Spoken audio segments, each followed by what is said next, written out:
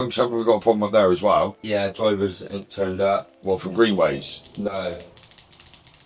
I had to sort an agency driver out, mate. Well, what's going on? You know we started Landkey. If we don't get up to 27 blokes by Monday, shutting Landkey. They're just going to shut us down. Mate, that's the game. That's the game, isn't it? That's what I would do.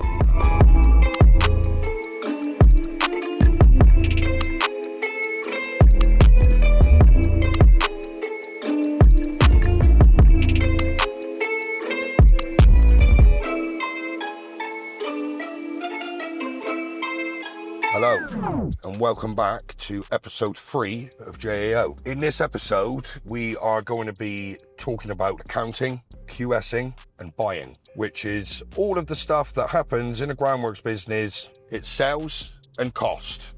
What it's going to cost you to do a job and what you're going to get paid for it. And obviously you just got to try to make sure that your margin is as big as possible. So I'm not really going to ramble on too much this time. Scott's going to tell you how he runs his QSing. Melissa's going to tell you how she runs her financing. And Dan and Asa will tell you how they run their buying. My name's Scott, I'm Commercial Director of JAO Groundworks. I manage all commercial aspects within JAO, so I carry out valuations, variations, do all the estimating. We have to prioritise what we do. Obviously, at different times of the month, there's key aspects that I have to be in control of. End of the month, we have to do our valuations. We do a shutdown with the accounts to make sure all of our invoices on the system. With our estimating system, we generally use Excel. We've created a bill of quants on there that we use for all of our tenders. And we also use cut and fill software, which we do earthwork models to work out what the cut and fill for each job is, to make sure we're accurate with what we remove and what we keep on site. With doing everything digitally, it keeps us accurate. The old traditional ways would be kind of doing it on Excel spreadsheets and doing averages. With this, it's a lot more higher level of accuracy, especially with like the earthwork software, where everything's triangulated and it's just a high degree of accuracy compared to traditional methods. Recently, our win ratio has been something daft. Like every 3 jobs we've tendered, we've won 1, which is pretty unheard of what I've done previously. We're on a real run of form at the minute, largely due to how we've been performing on sites with our clients and repeat business. So in Taunton, Adam, Sam has got the overhead cables dropped. He's battling labour because we're a little bit light on it, as we keep saying. That is the way it is. And if you're a business out there that's not light on labour, then you've equally got the same problem, because that means that you've probably got too much. I'd rather people be asking me for more men than my site foreman saying we've got too many. Charlton Adam with Sandwich. I'll leave it to Sam. It's a little update from Charlton Adam from last time you was here. We've got the attenuation tank being dug out, so you've got that being installed in just over a week or two's time. We're getting some material to make up levels around our plots. All the beams are on now, 1 to 4. Just waiting to unload our poly, and then we're gonna have the brickies jump on the floors. We can crack on and get these floors concreted and handed over to the clients, ready for the brickies to come and build the band courses. So a few additional changes in the plots with the internal drainage. Bit of work left to do, and that was going to probably knock back a day or 2, but not the end of the world. At least it got spotted now. We've got a gang on the main road. They're just putting in the block brace for the curb. Then we'll be looking at raising ironworks, gullies, tight one in the road up and trimming up, ready for tar. We've been busy with the HV diversion for the last couple of days. As you can see, there's no more overhead cables on that side of the site. So we've been busy trenching, dusting up the trench, backfilling, just helping out National Grid, just making sure it runs nice and smoothly. Our brickies have been busy building the HA houses over there. Just trying to get on top of the site really and get on top of walkways and our health and safety. It's all just starting to come together now, starting to find my feet here, so it's all good. My name's Asa Hooper and I am the Plant and Fleet Manager at JAO Groundworks. My main aspect of my job is to sort out the fleet, upkeep of all the vans, make sure they're all serviced and MOT'd. I also take care of the plant, making sure that across 11 sites we have machinery there to make sure the job's going smoothly. I've been in this job role for 3 months now. I've been on site previous to that for about 15 years. That's the benefit of me being here really. I've got a good knowledge of all the plant and small tools and stuff, used them loads over the years. I should have expected it to be absolute carnage. It's a different kind of intensity to what it is on site. This is quite new to me still. I didn't really know what to expect. Some things are quite time sensitive. So if there's something we need on site like that, you're ringing around rapidly to different suppliers and hoping that they've got something, do you know what I mean? Because when they don't, right, that's another day we're behind, do you know what I mean? I definitely think since I've come into the office, I've managed to turn things around in that respect, being able to monitor it as it needed to be, and anyone can come to me now, and you know, any issues on site, they can come to me and I can resolve it. Right, I need to put an order in for some type 1 for the lads for the road for the beginning of next week. So I'll show the procedure we have to go through. Basically, we have an order line we now ring through. For instance. Hello, this is JAO's material and plant line. Please say material, or dial 1, or plant, or respectively dial 2. Material. Leave a message. I think you said materials. Is that correct? Yes. Say yes or no. Transferring your call to materials. Morning, it's Sam from Taunton Adam. Can I please put an order of 100 tonne of type 1 for beginning of next week, please? That's 100 tonne of type 1, Taunton Adam, for beginning of next week. Thank you. Easy as that. So basically what it does, we order it through, and then that will get transcripted into an email, which will go to our buyer, and there is logged on the system as well. So there's no confusion of what you've ordered or haven't ordered as such. It's all logged and everyone can see what you've been up to pretty much. My name's Charlie and I'm a trainee quantity surveyor at JAO. Day to day, my role involves looking after all subcontractors within the commercial department. I look after parts of the estimating and part of the measuring works with new tenders and existing jobs we have on. It's all about keeping on top of the most important job at the time and splitting your workload as efficiently as you can. The main software that I use for estimating and tendering is Bluebeam, which I can measure off all drawings that are sent through the client, as it's got a built-in scale rule, and it allows me to colour up and mark up drawings as I please. Everything we do we keep in-house, which is very, very important when it comes to winning jobs and understanding where you stand when you've won a job. I support Scott through when his workload gets too heavy. I take on tasks as and when he sends me them. I'm also starting to take over a couple sites from Scott, which are dotted up and down the country.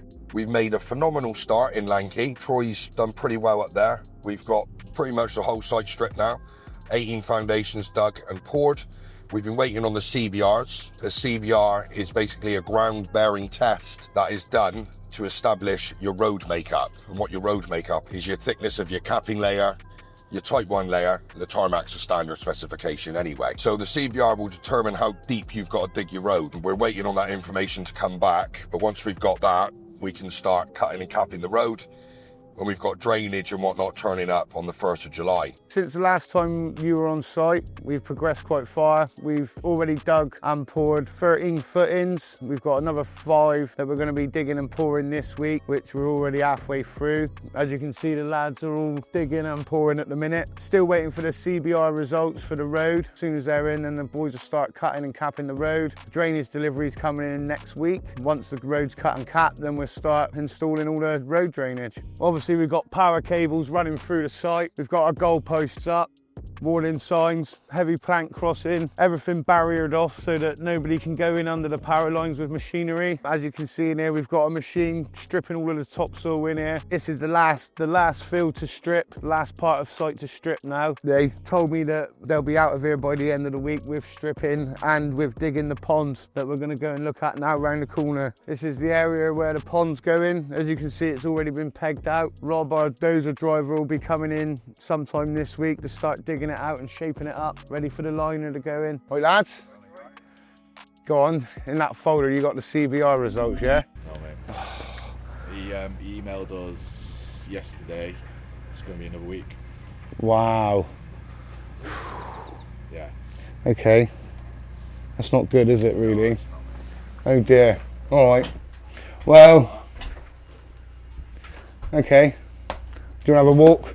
Yeah. Yeah. Plot 1's been dug and buried. There's your cells garage, the triple garage. Yeah. Brickies are in a day to start that. Plot 2 and plot 4 has been poured. Plot 3 and the garage for 3 and 4 will be poured today. Plots 8 to 13 dug and poured. 5 to 7 dug and poured. Tomorrow we'll be starting to pour plot 17 all the way down to 66. And that'll all be done by the end of the month. Middle of next week, so no. Middle of next week. You've got till Monday, haven't you? Monday's the 30th, innit? Tuesday's the 1st, so yeah. All right, we'll run through that in the office. Tell me Yeah, what. I mean, we'll be somewhere near with it. I mean, we might have 2 or 3 footings. But Out, yeah. apart from that, yeah, Okay, we're pretty much there. perfect. And then it'll just be waiting for them to release some more then. Perfect. And then the quicker we get these CBIs, then we can start cutting the road. Yeah. There are places, like we dug a part of it out to 3%, Yeah. because that's what we think it might be. Yeah. But there's roots all coming out the ground. Right. The highways have been out and he wants them parts dug deeper. He has sent an email to Damo, Okay, that's fine. just confirming that he does want it dug out deeper and that, you know, it's going to cost us What it we're is. saying. That's fine. So, My name's Dan, I'm the procurement manager for JAO Groundworks. And my main responsibilities are obviously keeping track of everything, ordering all the materials for all the sites, and making sure it arrives in a timely and cost-effective manner. Got to prioritise responsibilities, make sure that sites are serviced. You know, should they not, we're going to fall behind programme, and that will have a major impact on sort of the whole functioning of the company. So primarily, my responsibility falls within sort of all the concrete, the aggregates, the materials. And I've got to track all the beams, the manhole call-offs, curbing, sort of anything associated with groundworks. It's just such a wide range of materials. Obviously, my previous experience was selling all these materials, so buying them second nature, really. JAO as a business now, we're operating across 11 live sites, which is obviously quite demanding. You know, when I started the business, we had 3 live sites, and we've just grown and grown and grown, really gone from strength to strength. So it is all about managing all 11 of those sites and just making sure each one is sort of serviced, you know, and just keeps on going, really. Hi, I'm Mel. I am a financial director for JAO Groundworks, just making sure that in the office that everything runs smoothly, and making sure that everybody's paid on time, doing the payroll, making sure invoices are done, checks. We go through about, I would say, anything between 1,500 to 2,000 invoices a month. Any invoice which is sent without a PO will not be paid. So everything's got to have a purchase order. They raise a PO, and Leah and my job is to make sure that they match. Even if it's a penny out, I will hound them. We always know what our costs are going to be by the end of the month. So every week I do like costs from the POs. So how much it's going to be, I estimate. The workload is amazing. We've had a lot of new people in the office as well, because the business is just getting bigger and bigger. So my name's Leah, I'm purchase ledger. So my main role is checking invoices when they come in. I match them to POs, raise queries, check statements, and just try and ensure that it's done as swiftly as possible. So we've got a system that we use called Dext. All the invoices go into Dext. That takes some of the information out and puts them onto zero. Once they're on zero, they're awaiting approval. I check every invoice against a PO. Any queries I'll raise, and then I would go through with Dan, Asa, whoever, to get the query resolved. Then it will get passed for payment. Once all the invoices are on for the month, then the statements get checked. As long as the statements match, then yep, it gets put on the pay sheet ready to pay. We've also had a great month in Tiverton. We've got the final road blacked. That means we've got the tarmac down. Client can start building some more plots, and we can start cracking on getting plots done. So basically 4 weeks ago we got hit with a deadline, got put on us a little bit, so we was given 4 weeks to basically complete the road, the middle section of the site, complete this from basically start to finish. We had 4 weeks to get in all the drainage, i.e. your storm line all the way up through, foul line coming all the way up through, and then all your laterals coming off the plot. So your laterals is basically your pipelines connecting onto the house that runs into the road and into the main drains. As you can see, today is deadline day, so it had to be black today. And yeah, we hit it, a few fallouts, but yeah, it was hard, it was tough. So yeah, put a lot of guys off other jobs to get the road done, trying to manage to get the 12 plots in to get handed back to Allison Homes as well. So yeah, it was a bit tough, a bit rough, a few arguments, a few fallouts, but we all chipped together in the end, and as you can see, we've hit the deadline and we're all happy today. Yeah. So today's our relaxed day, isn't it? It's a relaxed day. Relaxed day. We're still getting them down working, doing services and everything else they want, but it's a lot more relaxed than it has been. If we show you now what we've done on the road, we're putting in the first layer of the base. Now you'll see now they're coming through with a binder. Obviously this is your first layer now going through, so your base base coat. So your binder will be next, which they're coming up through now. This is what we've been up against in the last 4 weeks. Block race. There was no block race down 2 days ago. Mark and his crews come through within 2 days. Smashed a lot out for us. Fair play to all the lads. They all chipped in. They all got together. Like Mark said earlier on, there was a little bit of arguments, a little bit of falling out, which you will when you're treading over each other's toes and stuff, but you all pulled it out of the bag, Mark. Yeah. I would say spot on. Fair play to all of you and your lads. Just an update on from last month when we was going through the plots, when you seen them at the beam stage. Insulated all the plots. We put all of the concrete down, power floated them. This is a stage now for Allison Homes to get up to their golden brick level. With the programme we had on the roads, we also had this same programme, so obviously get all the drives in, scaff mats in, hand back all of these plots ready for Allison Homes to take over. So as you can see now, their bricklayers has now jumped on them, so we're swiftly move on to the next one now. I'll walk you through the project now of next month if we come to the office, and I'll show you what we've got to go through. What you can see now, obviously throughout last month, we handed back block of flats and plots 25s, 59 down to 56, and obviously this road here. So our next month's programme, we're going to be trying to hit 4, 8, 12, 13 plots, 14 plots with plot 60. So that'll be our next programme to hit for next month. Obviously we've only just started building on this block of 4, and the plans is to jump on what you can see on the blue here now within the next week or so. So it takes a couple of weeks to get built up, and then obviously us to do all the drains and concrete and then hand back to them.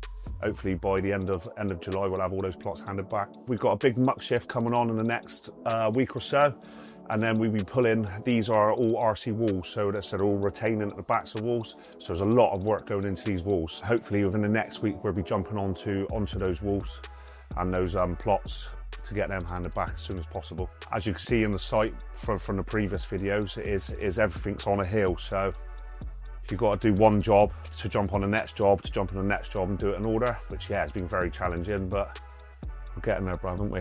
That's all the roads done now until we go back later on to do the wearing course and the curbing. That won't be until the end of the job.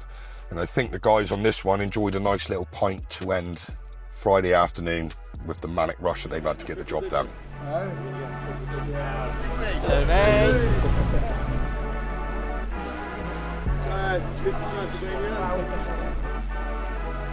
Myself, yeah. Are you going to get in the triple digits? No.